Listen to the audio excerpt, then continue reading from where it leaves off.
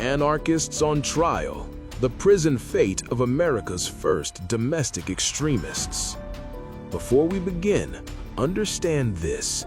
This is not just a crime story. This is a true American story about fear, power, and prisons, and how belief alone was enough to lock people away forever. If you want real U.S. true crime stories that go deeper than headlines, stories they don't teach in school, make sure you subscribe now. Because once this story starts, there is no turning back. The cell door slammed shut with a sound so loud it echoed through the stone hallway. 7 men stood frozen, chains hung from their wrists. Guards watched closely, hands ready. Outside the prison walls, thousands shouted in anger, fear, and confusion. Inside, silence ruled. It was November 1887, and America was about to execute men not proven to have thrown a bomb, but accused of believing the wrong ideas. One of them whispered a prayer, another stared at the floor, a third smiled, calm, as if daring the system to finish what it started.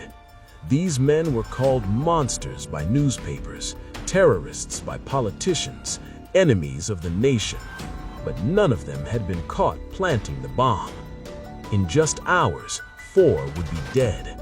1 would take his own life in his cell, and the rest would vanish into prison history, their names burned into the fear of a young nation. This was the moment America decided how it would treat domestic extremism, not with proof, but with punishment. And this was only the end of the story. The beginning was far more dangerous. Chicago, 1 year earlier. The city was loud, crowded, and angry. Smoke rose from factory chimneys day and night. Children worked long hours. Men collapsed from exhaustion. Women earned pennies for dangerous labor. The rich lived high above the streets. The poor lived inside them. Workers were tired, and they were starting to speak. Across the United States in the late 1800s, labor protests spread fast. People demanded shorter workdays and safer jobs. Most protests were peaceful, but fear followed them anyway. Then came the word that changed everything: anarchist. To many Americans, it sounded like chaos itself. Newspapers described anarchists as wild men who hated law, government, and order. Politicians warned they wanted to burn cities and destroy America from the inside. Some anarchists did believe the system was broken beyond repair. Some spoke about violence in speeches and pamphlets, but many only believed workers should be free. In Chicago, anarchist meetings grew larger. Police watched closely. Tension filled the streets. On May 4, 1886, thousands gathered at Haymarket Square. It was raining. The protest was calm. Speakers talked about police violence and unfair arrests. People listened. Some began to leave. Then, without warning, something flew through the air. A bomb exploded. Smoke, screams, panic. Police rushed forward. Shots were fired. When it ended, officers lay dead. Civilians were injured. No one could say who threw the bomb. But the city wanted answers, and fast. Police did not search for a single bomber. Instead, they searched for an idea. They raided homes, broke into meeting halls, arrested anarchists across the city. Men were taken not because of evidence, but because of words they had spoken or written. 8 anarchists were charged with murder. The problem was simple and terrifying. None of them were proven to have thrown the bomb. Some were not even at Haymarket when it exploded. But prosecutors had a new argument. They said ideas could kill, that speeches could pull the trigger, that belief itself was a crime. The trial became a performance. Jurors were chosen who feared anarchists. Newspapers printed headlines calling the men guilty before the verdict. Evidence was weak. Fear was strong. When the jury returned its decision, the room went silent. Guilty. 7 were sentenced to death, 1 to prison.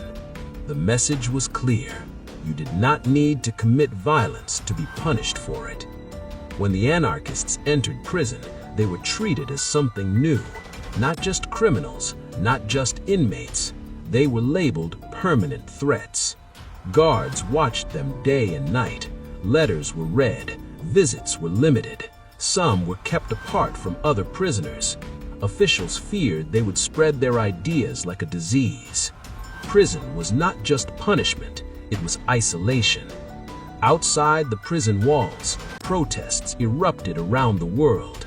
Europe watched closely. Writers, workers, and lawyers questioned the verdict. Some called it murder by the state. Inside the prison, the men waited. Days turned into months. Appeals failed. Hope faded.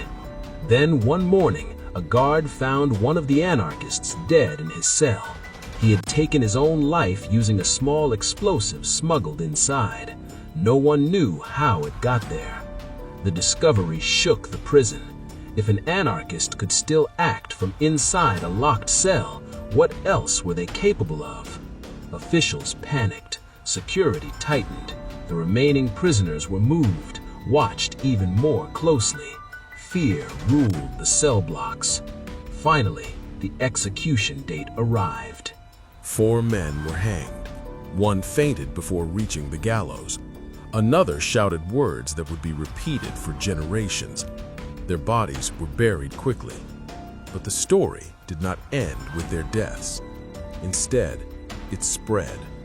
Across America, anarchists were now seen as enemies of the state.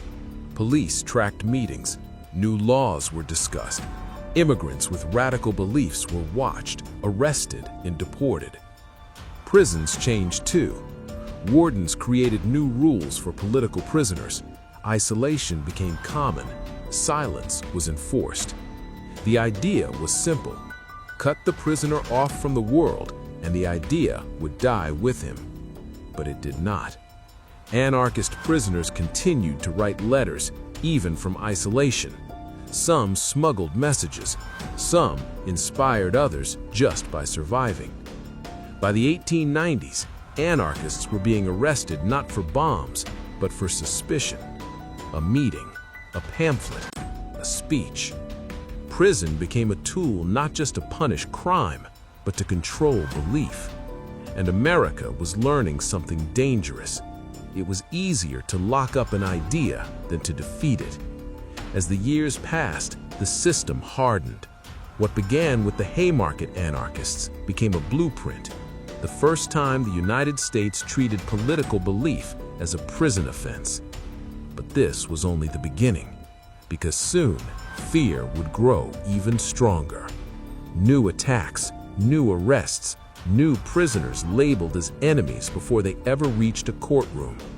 And the prisons were ready. In the next chapter, the fear spreads beyond Chicago, into federal prisons, immigrant communities, and a nation that no longer waited for proof before locking the cell door. And once the door closed, it rarely opened again. On July 23, 1892, steel magnate Henry Clay Frick lay bleeding in his office after a young anarchist named Alexander Berkman forced his way inside and pulled the trigger. Guards rushed, workers froze. Newspapers exploded with the same word they had learned to fear years earlier: anarchist. Within hours, prisons across America tightened their grip. Cells were locked, lists were checked, names were whispered between wardens. The country believed it was under attack again, not by armies, but by ideas wearing human faces. And this time, the prison system was ready. But what most Americans did not see was what happened after the headlines fade, what happened when fear followed men into cells and stayed there. Alexander Berkman did not die that day. Frick survived. Berkman was beaten, arrested, and dragged into a system that had already learned its lesson from Haymarket. He was not treated as a normal criminal. He was treated as a warning. Berkman was sent to Western Penitentiary in Pennsylvania. From the moment he arrived, guards watched him closely. Letters were delayed or blocked. Conversations were cut short. He was moved often, never allowed to settle. Officials feared he would inspire others. They believed anarchism could spread through walls. So, they built higher ones. Solitary confinement became a weapon. Berkman spent long periods alone, staring at stone, listening to footsteps that never stopped. Silence was enforced. Time blurred. Days lost meaning. This was not just punishment, it was control. Across the country, other anarchists felt the change. Police raided meeting halls. Immigrants were questioned at ports. Prison records began to include political beliefs alongside crimes. Anarchism was no longer just an idea, it was a risk category. Emma Goldman, one of the most well-known anarchists of the time, was arrested again and again in the 1890s, sometimes for speeches, sometimes for inciting unrest, sometimes for simply being present. She was jailed multiple times, questioned, released, then arrested again. The message was clear. You may walk free today, but we are watching. Prisons adjusted their rules quietly. Political inmates were separated from others. Guards were trained to listen, not just watch. Reading materials were restricted. Writing was controlled. Wardens believed they were protecting the nation, but inside the cells, the pressure built. Many anarchists were immigrants who barely spoke English. Prison became a place of confusion and fear. Some were held without clear charges. Others waited months for trials that went nowhere. Families outside had no answers. Inside, men broke down. Some cried in silence, some raged, some stopped speaking altogether. A few resisted. They refused food, they refused work, they refused silence. Punishments followed quickly. Isolation, darkness, cold cells. The prison system learned something important during this time. It learned that fear worked best when it was quiet. No public executions, no large trials, just walls. In 1894, another shock hit the nation. The Pullman strike. Railroads stopped. Workers protested. Violence followed. Federal troops were sent in. Again, anarchists were blamed. Dozens were arrested. Some were guilty of crimes. Many were not, but prisons filled anyway. The belief was simple. Better to lock them up than to wait. Inside jails, guards now spoke openly about politicals. They warned each other. They shared names. Files grew thicker. Some prisoners were never accused of violence at all. Their crime was association, a meeting, a friend, a pamphlet. And once labeled, it never went away. Even after release, former anarchist prisoners were followed. Employers were warned. Landlords were pressured. Freedom became fragile. Still, the ideas survived. In cells, prisoners whispered through walls. They tapped codes. They memorized speeches so paper could not be taken. Isolation failed to erase belief. This terrified officials more than bombs ever had, because prisons were supposed to end threats, not grow them. By the late 1990s, federal authorities began discussing stronger laws. Deportation was considered, citizenship questioned. Prisons were no longer enough. The country stood at a dangerous edge. Then, inside a quiet prison corridor, a guard found something unexpected. Hidden writing scratched into the wall of a solitary cell. Words about freedom, about resistance, about surviving the system. The prisoner who wrote them had been silent for months. If one man alone could still fight back, what would happen when the next crisis came? Because America's fear was growing, and soon it would face its greatest test yet, one that would push the prison system beyond anything it had done before. Pause for a second. What you just heard really happened in the United States. No fiction, no exaggeration. And if this story has already made you think differently about crime, prisons, or power, then you're in the right place. Subscribe to the channel for more real American true crime stories from inside prison walls, from forgotten courtrooms, and from moments that changed history forever. Now, let's continue. The prison bells rang before sunrise. Guards moved faster than usual, boots striking stone in sharp rhythm. Orders had come down in the night. Doors stayed locked. Letters were stopped. Visits were canceled without explanation. Something had changed. Across America in the late 1990s, a quiet decision was taking shape, one that would turn prisons into tools of national defense. The fear that began at Haymarket had not faded. It had matured, hardened, learned, and now it was ready to act. But the men bars felt it first. In federal and state prisons, anarchist inmates were moved without warning. Some were sent far from cities, others were placed deep inside isolation wings. Wardens spoke of preventive control, a new idea that did not require a new crime. You did not need to do something wrong. You only needed to be considered dangerous. Prison records changed. Where once they listed theft, assault, or fraud, new notes appeared in margins: political, radical, anarchist. Those words followed inmates everywhere. A man could finish his sentence and walk out, but the label stayed. Police watched. Employers refused work. Landlords turned them away. Freedom existed only on paper. Inside prisons, the pressure grew heavier. Solitary confinement was extended. Weeks turned into months. Silence rules were enforced strictly. Guards punished whispers. Even eye contact became risky. Officials believed they were breaking movements apart. Instead, they were creating legends. Some prisoners became symbols to those outside. Stories spread of men who refused to speak, who endured isolation without begging. These stories traveled faster than any pamphlet. And fear returned, this time inside the system itself. What if prison was not stopping extremism? What if it was sharpening it? By 1898, the United States was changing fast. Cities grew, immigration increased, labor unrest continued. The Spanish-American War brought new confidence and new anxiety. Leaders worried about enemies within. Meetings were monitored, mail was read, informants filled prisons and neighborhoods. Anarchists were no longer treated as individuals, they were treated as a group threat. Prisons became laboratories. Wardens tested control methods quietly.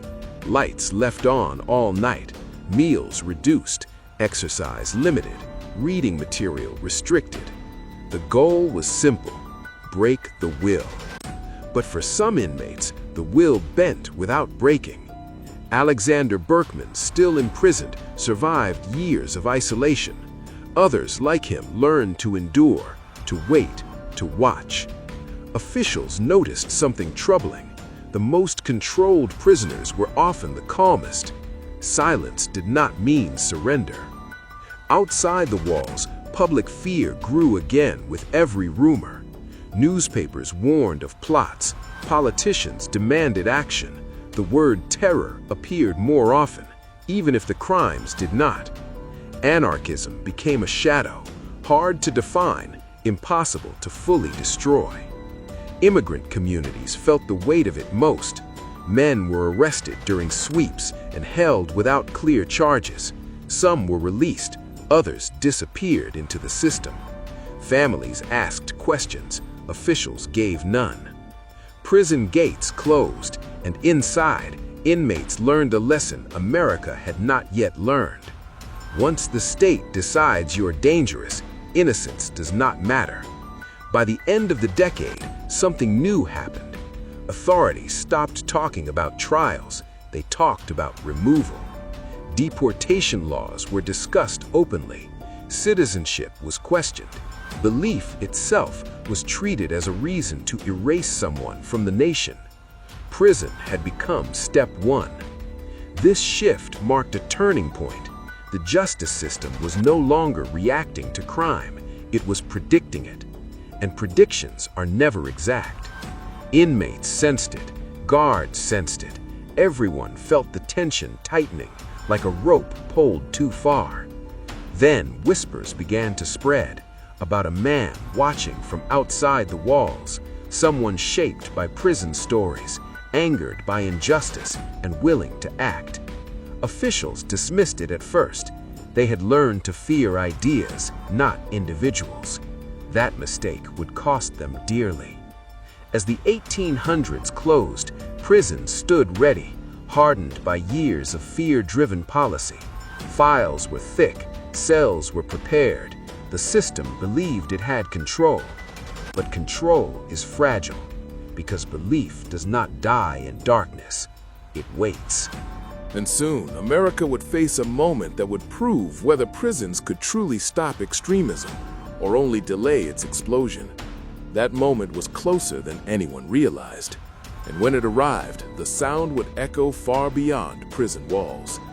The sound of the gunshot did not echo inside a prison. It echoed across the nation.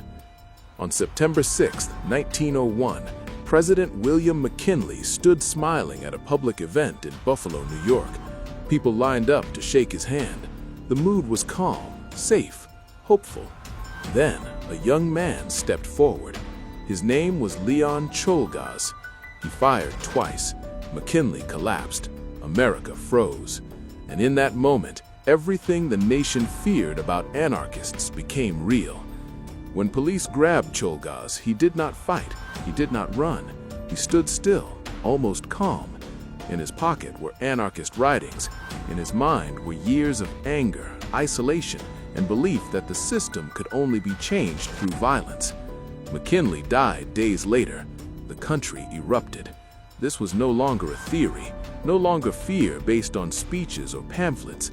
This was assassination, and prisons would play a final role. Czolgosz was rushed through the justice system. His trial was fast. His guilt was never in doubt. He was sentenced to death and sent to Auburn prison. There was no debate this time, no protests, no international outrage, only certainty. Inside Auburn, Czolgosz was isolated completely. Guards did not speak to him unless required. His cell was bare. Silence surrounded him. The system did not want another martyr. They wanted an ending. On October 29, 1901, Czolgosz was executed by electric chair. The punishment was swift, final, cold. But the damage had already been done. After McKinley's death, America crossed a line it would never uncross. Anarchists were no longer just radicals. They were enemies. Prisons changed overnight. Federal laws expanded. Deportation of suspected anarchists became official policy. Immigrants were screened for beliefs. Meetings were shut down before they began. The prison system was no longer just about crime. It was about prevention. Men and women were arrested not for what they did, but for what they might believe. Cells filled quietly. Records grew thicker. Labels followed people for life. Anarchists from the 1880s had warned that fear would destroy justice. Now the nation believed fear was justice. Prisons became permanent holding spaces for the unwanted. Political inmates disappeared into long sentences. Isolation became normal. Silence became policy. What began at Haymarket had reached its final form. Inside the prisons, something strange happened. Violence decreased, but anger did not. The system had succeeded in one way. It had removed the threat from public view, but it had failed in another. It never healed the reason the threat existed. Former inmates released years later spoke of broken minds, lost time, and lives that never restarted. Some abandoned anarchism, others carried it quietly, like a scar. Prisons had not erased belief, they had buried it, and buried things have a way of returning. By the early 1900s, the term domestic extremism did not yet exist, but the system to fight it did. Surveillance, isolation, preventive detention, deportation, all born inside prison walls. The anarchists of the 19th century became the blueprint.